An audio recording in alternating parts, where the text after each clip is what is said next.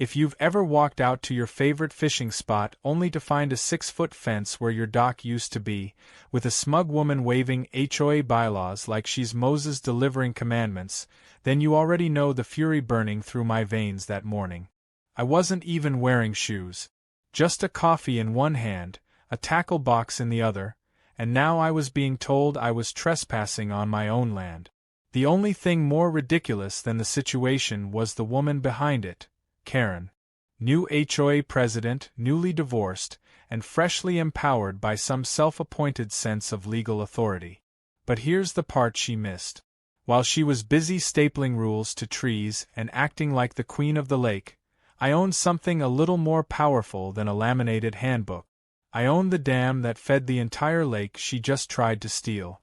And if she thought she was blocking me, she had no idea I could shut off the whole thing. It all began just after sunrise.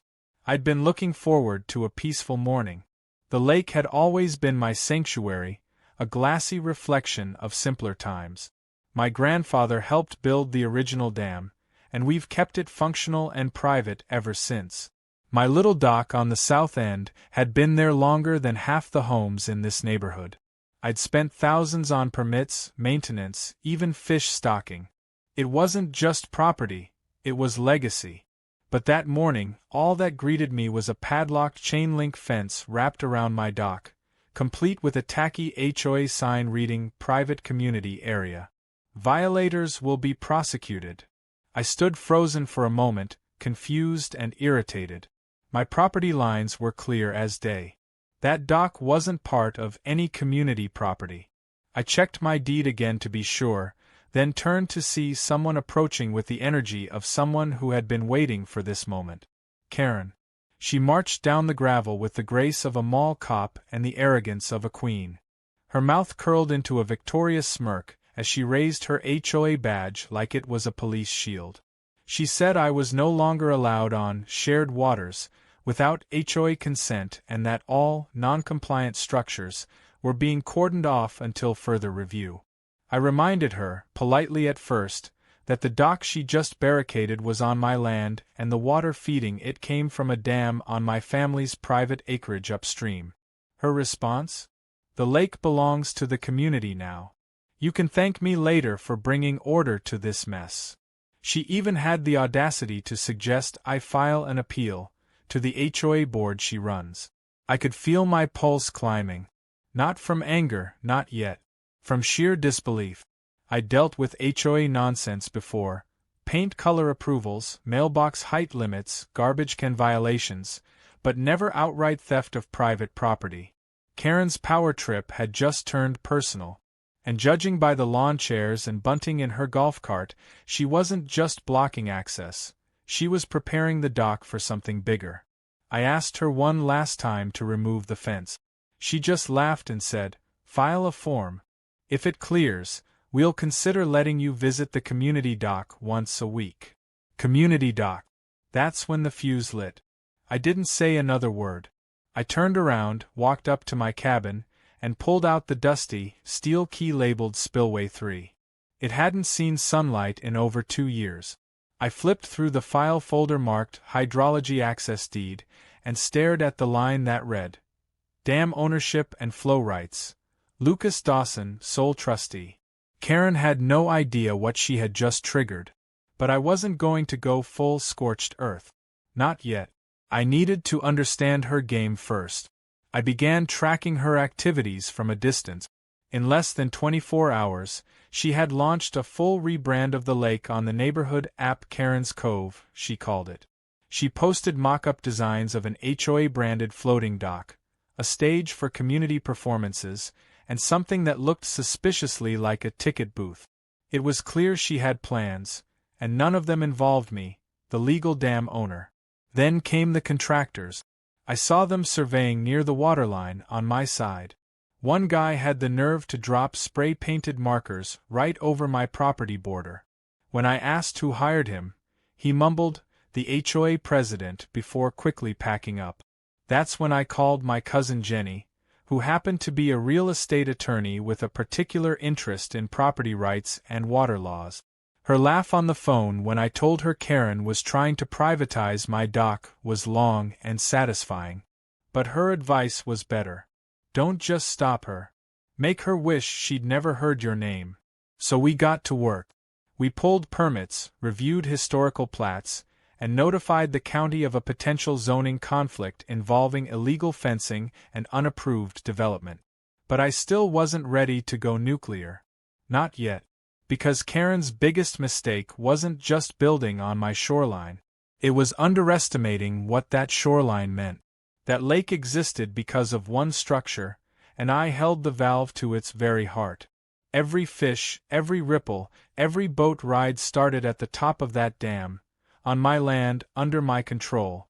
So if she wanted to play power games, I'd show her what real power looked like. I drove up to the dam later that evening and stood at the spillway gate, looking down at the lake below. It shimmered under the twilight sky, unaware of the chaos waiting to unfold. I didn't touch the valve yet, but I opened the system panel, entered the code, and activated the monitoring system. A few keystrokes later, I could regulate outflow remotely from my phone. My lake, my rules. Karen thought she blocked me. She didn't realize she'd just handed me the high ground. That night, I watched from my porch as lights flickered on near my dock. Karen had strung up tiki torches and set out folding chairs. Music played faintly. She was hosting a lake committee preview night, with wine and cheese for the board. Meanwhile, I sat with Jenny on the cabin steps, sipping bourbon and waiting. "You sure you want to do this?" she asked. "No," I said, "but I'm gonna enjoy the hell out of it." The real fun was about to begin. And Karen was about to find out that when you mess with a man who controls the flow, you better be ready to swim upstream. By the time morning hit, the air around the lake felt different. A little cooler, a little quieter, and just a touch more still than usual. Most residents didn't notice it, but I did. I could see the first signs of it near the shoreline.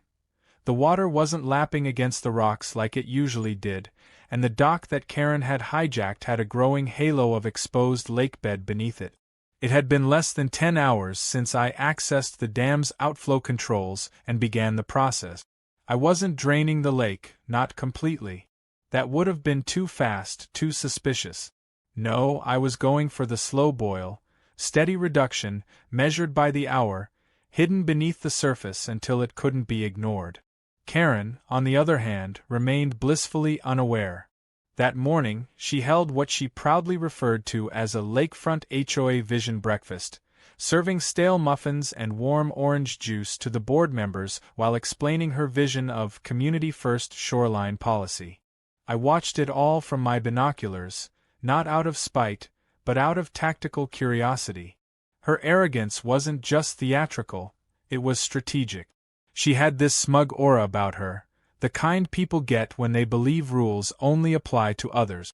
She wasn't just hosting breakfast. She was laying the groundwork for her takeover, brick by fraudulent brick. I knew I needed backup, not muscle, but expertise. That's when I reached out to my cousin Jenny again.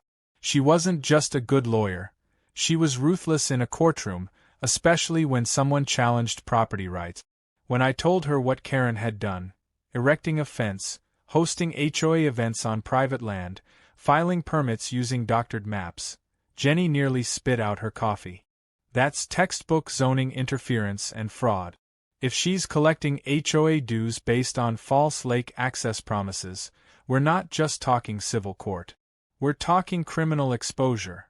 That was music to my ears. We didn't want to rush things. Timing mattered. The slower the lake dropped, the more undeniable the change became, and the more panicked Karen would be.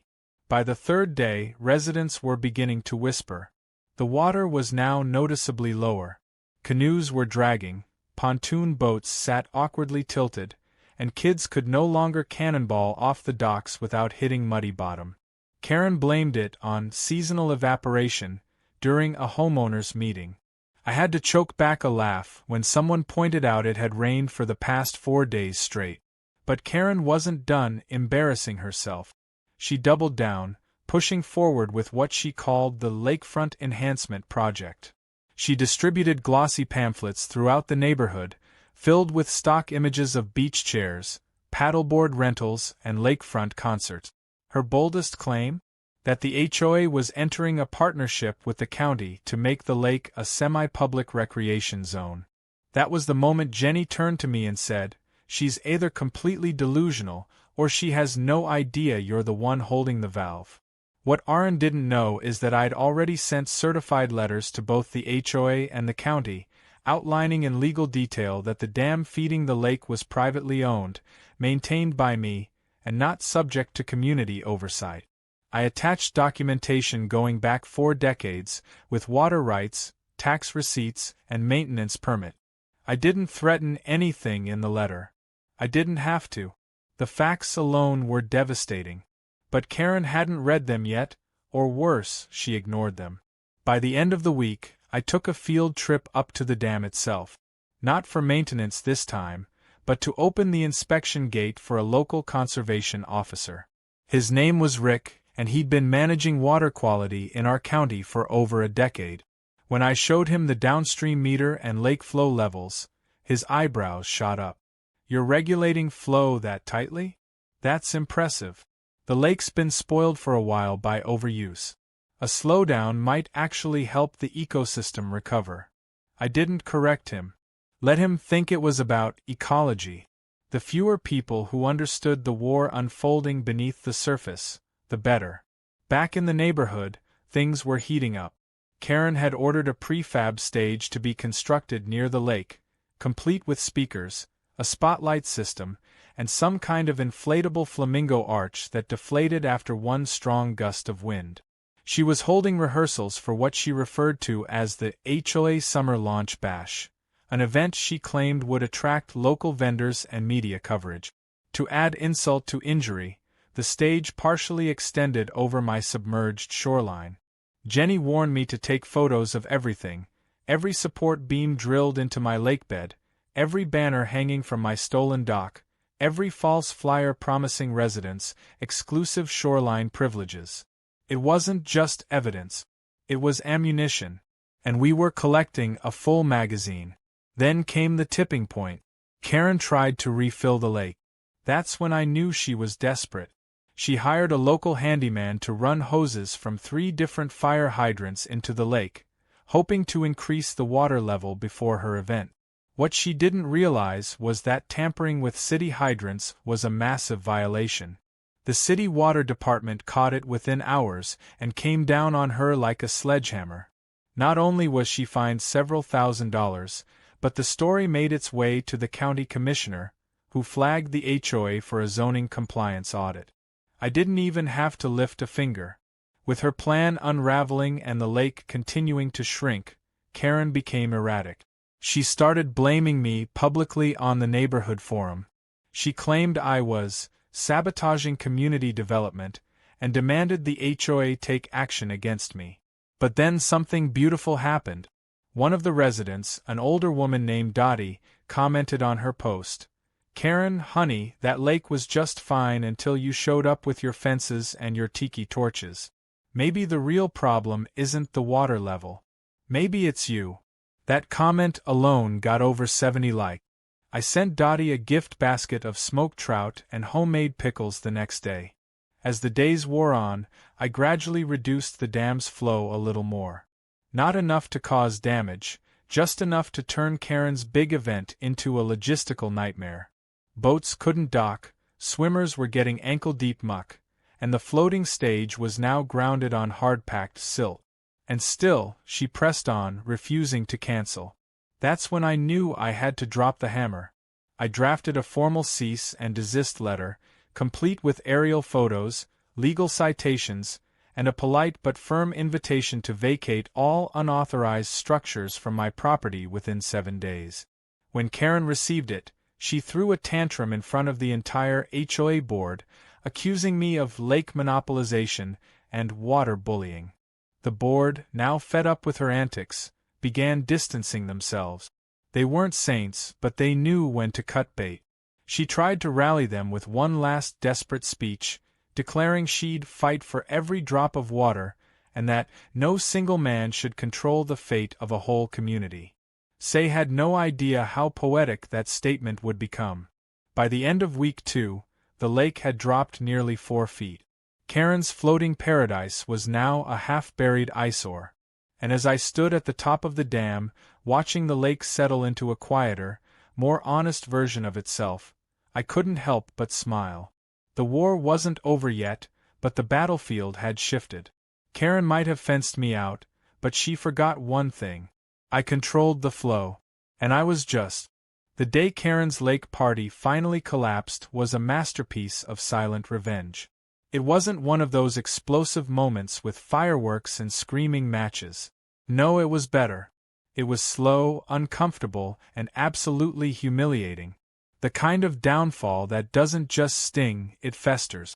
By the time her HLA summer launch bash began, the lake was so low that half her decorations were sitting in the dirt, her flamingo arch had deflated again, and the floating dock was now a stranded wooden slab surrounded by muddy footprints and dead fish.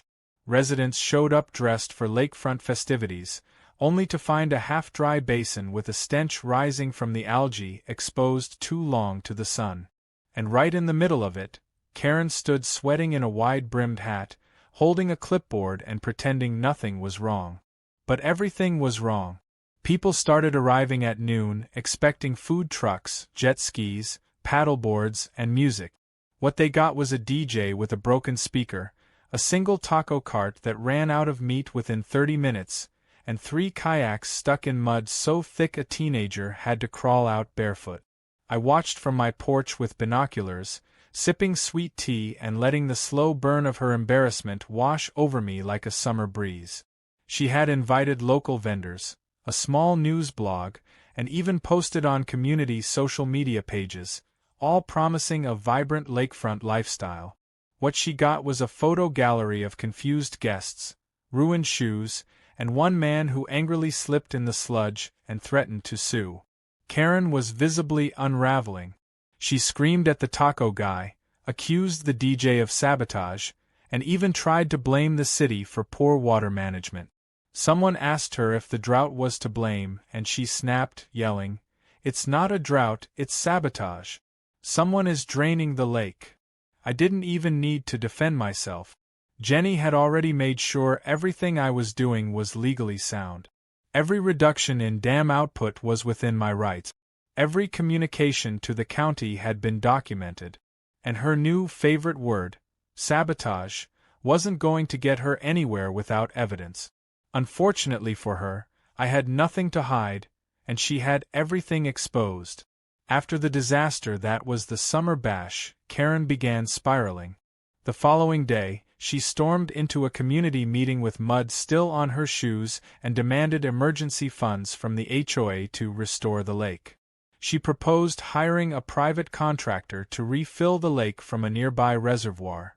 What she didn't realize was that the reservoir was also fed by a smaller tributary that fell under the same flow management district, regulated by me. When she brought up a new fencing project to reclaim shoreline aesthetics, she was met with dead silence from the board. Her strongest supporter, a man named Greg, quietly excused himself from the meeting halfway through her rant and never returned. Jenny, meanwhile, was getting everything documented. She compiled aerial drone footage from before and after the water drop, side-by-side comparison maps of the property lines, and even collected testimonies from residents who had attended Karen's party and felt misled. We didn't release anything yet.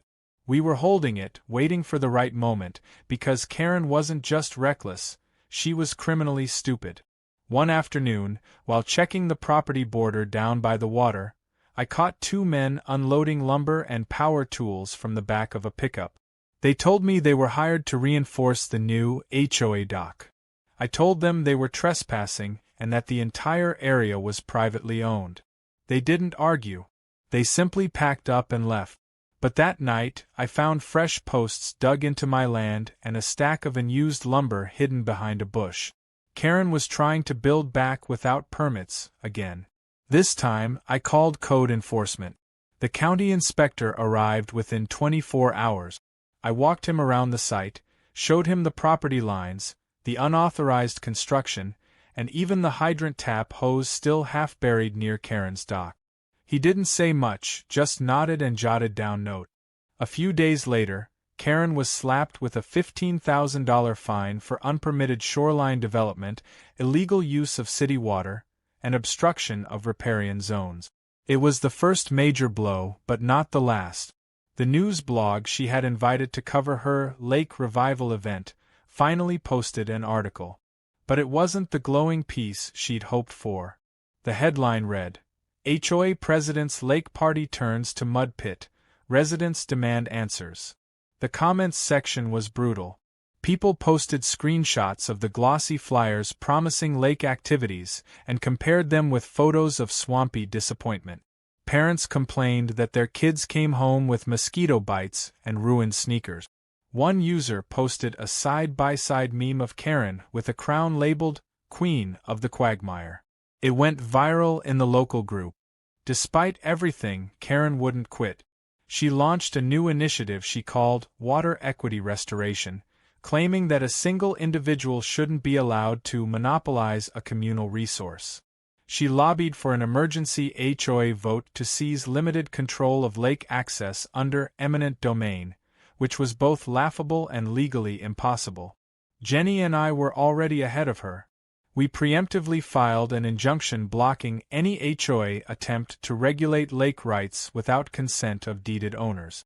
We included historic maps, government approvals, and an affidavit from the original dam's civil engineer, my grandfather, signed decades ago and notarized. The HOA meeting where she presented her idea was one for the book. She walked in with folders, a PowerPoint, and a smugness that could sour milk. But within 5 minutes, she was shut down by the board president, who reminded her that legal matters involving private property were out of HOA jurisdiction. Then, Jenny stood up and passed around copies of the injunction and the dam deed. The silence that followed was glorious. One board member even muttered, "Wait, he owns the whole dam?" Karen's mouth twitched, but she had nothing left. No counterargument. No plan. Just rage. She left the meeting early and didn't return for the rest of the week. Rumors began swirling that she was being pressured to resign. I didn't confirm or deny anything. I just went back to my usual morning routine: coffee, fishing rod, peaceful walks to my dock. The fence had already been removed under county orders. I had reclaimed my space. The lake was still low, but not from neglect. I was slowly restoring the flow, careful not to shock the ecosystem. Even the fish were returning. One morning, I found a small envelope tucked into my screen door. Inside was a note written in elegant cursive. It read, "Thank you for protecting this lake from becoming a playground for frauds. Sincerely, a grateful neighbor." No name. No signature. Just quiet gratitude. That was better than any lawsuit win. Karen, meanwhile, tried to salvage her image. She posted a video online blaming me for toxic masculinity and de-water hoarding, which was promptly taken down after she violated 3 community guidelines. Then, a whistleblower from inside the HOA leaked emails showing that Karen had falsified budget projections and reallocated funds from maintenance reserves to pay for her failed event. The board scheduled a formal hearing to investigate her misconduct. It was clear the tide had turned. By the end of the 3rd week, I increased the dam's outflow slightly, enough to refill the shallow end and restore a bit of shimmer to the waterline. Residents started returning to their porches, kids cautiously dipped their toes again, and someone even floated a canoe near my dock. I didn't stop them. The lake had never been about exclusion. It was about respect, something Karen had never understood. 3 weeks after Karen's humiliating summer bash, the lake was starting to heal, but Karen's ego was still hemorrhaging. She had gone suspiciously quiet online, deleting previous posts and locking her HOA forum profile. But while she may have stepped out of the spotlight temporarily, it was only so she could scheme in the shadows. I wasn't surprised when, on a foggy Monday morning, I found new caution tape strung along the property line by the lake, paired with laminated notices that read, "Ongoing HOA Safety Project. Do not enter." The most absurd part? They were stapled to trees on my land. She had learned absolutely nothing. I tore one of the signs down, marched over to the boundary marker, and sure enough, fresh wooden stakes had been driven into the soil, extending well past the legal HOA line. It was the same territory the county inspector had already ruled on. Karen was back to faking her jurisdiction, as if sheer confidence could override land surveys and court documents. I didn't even bother trying to reason with her this time. That ship had sunk along with her party stage. I simply called Jenny, who had by now taken to referring to Karen as the squatter with a clipboard. Jenny's advice was simple. Document everything. Again. This time with timestamps and GPS coordinate. I spent the next 2 days photographing every stake, every sign, every inch of encroachment, and sent it all to the zoning enforcement office. Then I submitted a secondary complaint to the county land registrar, requesting a boundary reaffirmation audit. That's when things began shifting hard and fast. A week later, a licensed survey crew showed up on site. 3 trucks, a dozen workers, and bright neon vests began peppering the property. They laid out new markers, bright red ones, along the true edge of my land. But when they hit the section where Karen's fence line had recently been expanded, they paused. The foreman called me over and handed me a document I'd never seen before. It was an old annexation map of the neighborhood dated 2 decades ago, long before the HOA was founded. It showed a peculiar clause tucked into the bottom corner. Jenny, who was on speaker, read it aloud and gasped. That one paragraph changed everything. The clause stated that in the event of lake-level manipulation due to privately controlled infrastructure, any HOA boundaries that interfere with maintenance or access rights would be legally dissolved and redrawn in favor of the controlling property owner. In plain English, if my dam lowered the lake and any HOA structures crossed into dry land, the HOA would lose claim to that land completely. And given the current state of the shoreline, nearly 40% of the HOA's so-called lakefront now legally belong to me. The moment I realized what that meant, I felt a strange mix of vindication and disbelief. I hadn't just defended my dock. I'd inherited almost half the shoreline by accident, legally. Jenny filed a claim immediately. The county accepted the application for reassessment and issued a notice to the HOA. The lake perimeter was under legal review. Karen must have received it the same day, because that evening she showed up outside my cabin unannounced. She was dressed in what I can only describe as tactical yoga gear and holding a binder so thick it could stop a bullet. She stood at the edge of my porch like a cat ready to pounce. "You're manipulating water levels to seize community land," she snapped. "That's extortion." I didn't even get up from my chair. I just pointed at the surveyor trucks still parked along the ridge. "No, Karen," I said calmly, "it's history, law, and hydrology. You lost because you didn't read the rules." She demanded that I agree to a private negotiation, some sort of truce where we'd redraw boundaries and I'd give back the land I had taken. Jenny, who happened to be inside reviewing paperwork, stepped out and told Karen flatly, "We don't negotiate with trespassers." Karen stormed off again, binder swinging wildly. But this time, her tantrum didn't end with passive-aggressive emails or snarky posts. This time, she hired a lawyer. Unfortunately for her, the man she hired was an estate attorney with no land law experience and a Yelp rating lower than my thermostat during winter. He filed a motion to halt the boundary transfer, claiming the lake was a shared natural asset governed by equitable access principles. Jenny countered with documented cases, legal precedents, and actual county code. The judge dismissed the motion in less than 10 minutes. Karen's lawyer didn't even show up to the second hearing. Her case was over before it began. But she still wasn't done making a fool of herself. In one last effort to regain control, she attempted to create what she called the HOA Shoreline Security Patrol, hiring 2 local teens with matching hats and clipboards to walk up and down the dried section of the lake with walkie-talkies and fake badges. One of them knocked on my nephew's door and told him his kayak needed to be moved because it was disrupting the visual uniformity of the lakefront. That teen never came back after my nephew asked him to define the term visual uniformity and recorded the whole exchange for social media. The clip went viral under the title "Lake Karen Hires Rent-A-Kids to Guard Swamp." At this point, even the HOA board had had enough. An emergency meeting was called to vote on Karen's continued role as president.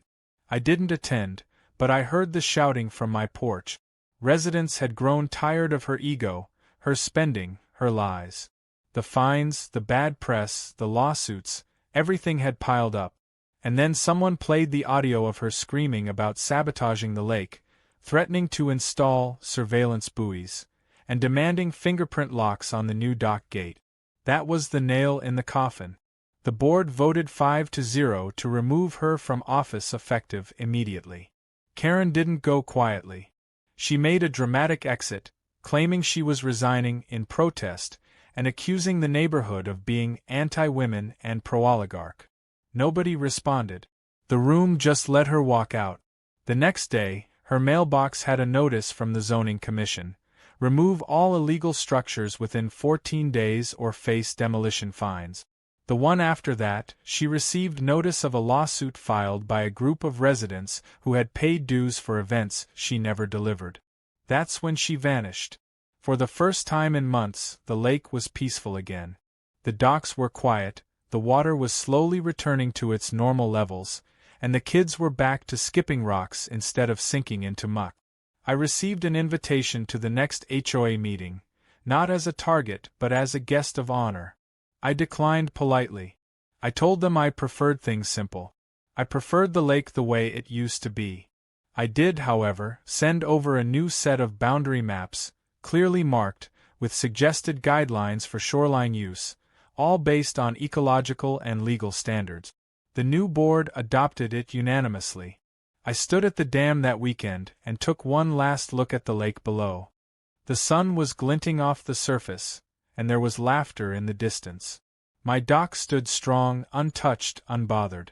And the fence that had once tried to block me? Long gone, replaced by a wooden bench and a small plaque that read, "Respect the flow." Karen's name was no longer mentioned. Her signs were gone, her tiki torches buried somewhere under lake silt, and her plans for HOA domination reduced to a cautionary tale. I hadn't needed to shout. I hadn't needed to threaten. All I had to do was let the water speak for itself. And now it was flowing exactly where it belonged. The calm that returned to the lake was the kind that didn't need to be spoken about. It was simply there, undeniable, serene, earned. After months of chaos, posturing, sabotage, and backdoor scheming, the water glistened like nothing had ever touched it.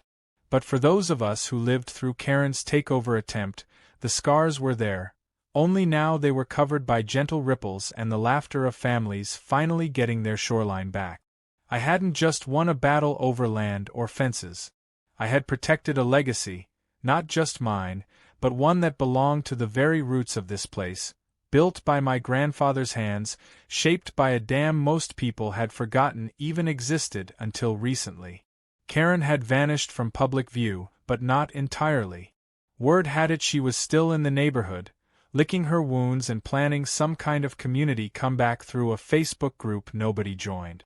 She'd become something of a ghost story among new residents. They'd walk past the once trespassed part of the lake and whisper, "That's where Karen tried to turn the water into a parking lot."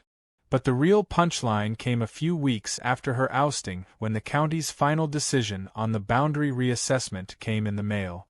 Not only had the reassessment confirmed my expanded shoreline ownership, but it had granted me rights over an additional parcel of land that, thanks to the lake's retraction and the 1980s annexation clause, now gave me legal control over the only access road the HOA had used to reach their communal boat ramp. The moment I read that clause and confirmed its legitimacy, I sat in stunned silence. I wasn't just the dam owner anymore. I was now the gatekeeper to the HOA's access. I had won the block without even meaning to. It was Jenny who broke the silence first. You know what this means, right?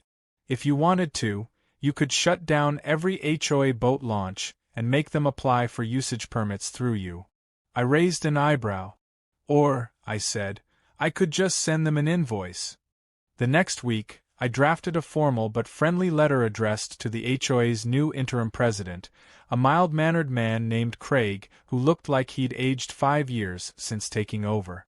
The letter outlined the new property lines, the confirmed ownership of the access road, and a list of use privileges I was willing to extend, for a small quarterly maintenance fee. It wasn't extortion. It was smart property management. The fee wasn't outrageous, but it was just high enough to ensure they remembered whose water they were floating on. Craig called me that evening, not to argue, but to thank me for being reasonable. Apparently, Karen had threatened to build a floating restaurant on the lake and tried to charge residents for chair rentals. Around the same time, I started getting quiet visits from neighbors. Some brought over pie. Others brought smoked meat or homebrewed beer. One guy left a bottle of expensive scotch on my porch with a note that read, "Thanks for saving us from HOA hell." But the best visit came from Dottie, the retired teacher who'd posted that biting comment on Karen's online meltdown weeks earlier. She showed up with a folding chair, sat beside me on my dock, and simply said, "You're the right kind of neighbor. You let the stupid people dig their own holes." I laughed, and we fished together until the sun went down. But the final nail in Karen's coffin didn't come from me. It came from inside her own former kingdom. A resident leaked the HOA's financial audit, an internal report showing Karen had misused nearly $15,000 in event planning funds, some of which had been spent on personal purchases, including a designer patio set and a bulk order of branded yoga mats she'd hoped to resell under a fake wellness initiative. That same day, the local blog that had originally reported on her party flop published a follow-up article titled, "From HOA Queen to Community Catastrophe." The photo they used? Karen standing ankle-deep in mud, holding a megaphone, surrounded by half-submerged plastic flamingos. As her reputation crumbled further, Jenny helped me finalize the shoreline guidelines for future use. We outlined rules for respectful fishing, boat launching, and environmental conservation. We even established a new system where residents could apply for permits to host small events. Emphasis on small. The HOA board reviewed the proposal, endorsed it, and for the first time in years, peace didn't feel like a negotiation. It felt natural. To celebrate, Craig organized a community cleanup day. He asked if I'd mind opening up my dock for kids' fishing lessons and kayak launching.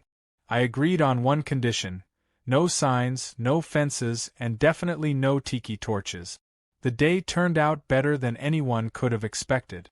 Neighbors who hadn't spoken in months were trading stories and grilling burgers. Someone brought a Bluetooth speaker and played old classic rock. The lake shimmered under the golden light, calm, full, undisturbed. The new shoreline markers were respected. Nobody dared plant a stake without permission. The ghosts of Karen's regime were nowhere to be found. As I stood back, arms crossed, watching kids leap off my dock into water that had once been stripped from them, I couldn't help but reflect on how bizarrely everything had turned out. What started as a 6-foot fence around a dock had escalated into legal warfare, environmental manipulation, and one of the most satisfying reversals of fortune I'd ever witnessed. And through it all, I never raised my voice, never made threats, never got petty. I just let the water and the law do the talking. But I'd be lying if I said there wasn't one last indulgence I allowed myself. 2 weeks after the community cleanup, I installed a new wooden sign at the edge of my dock. It wasn't flashy or aggressive. It was rustic, carved by hand, stained in rich walnut finish. On it were 5 simple words: lake access. Be respectful. Always. Below that, in smaller letters, just for those who took the time to look closely, it read, "Property of the dam owner." Nobody touched it. Nobody questioned it. They all knew what it meant. Karen never came by again. She sold her house quietly a month later and moved 2 counties over, according to Dottie, who made it her business to know everything. Some said she tried joining another HOA board. Others said she'd gone completely off the grid, writing blog posts about water tyrants and the dangers of unregulated shoreline power. Whatever the case, she was gone. The lake was mine again. But more importantly, it was ours. The kind of ours built on trust and common sense, not laminated rules and ego trip. The dam still sits where it always has, silent, powerful, and quietly watching over everything. I maintain it like my grandfather did, not for profit or prestige, but because it matters. It protects the ecosystem. It regulates balance. It reminds people that nature isn't something you claim with paperwork and fences. It's something you honor, preserve, and sometimes defend. So now, when I walk out each morning with my coffee and my fishing rod, I don't see a battlefield. I see a home restored, a shoreline returned, and the echoes of entitlement washed away like footprints in the silt. The dock creaks softly as I step onto it, and as I cast my line into the shimmering water, I remember one simple truth Karen will never understand. The dam doesn't make you powerful. Knowing when to open it does.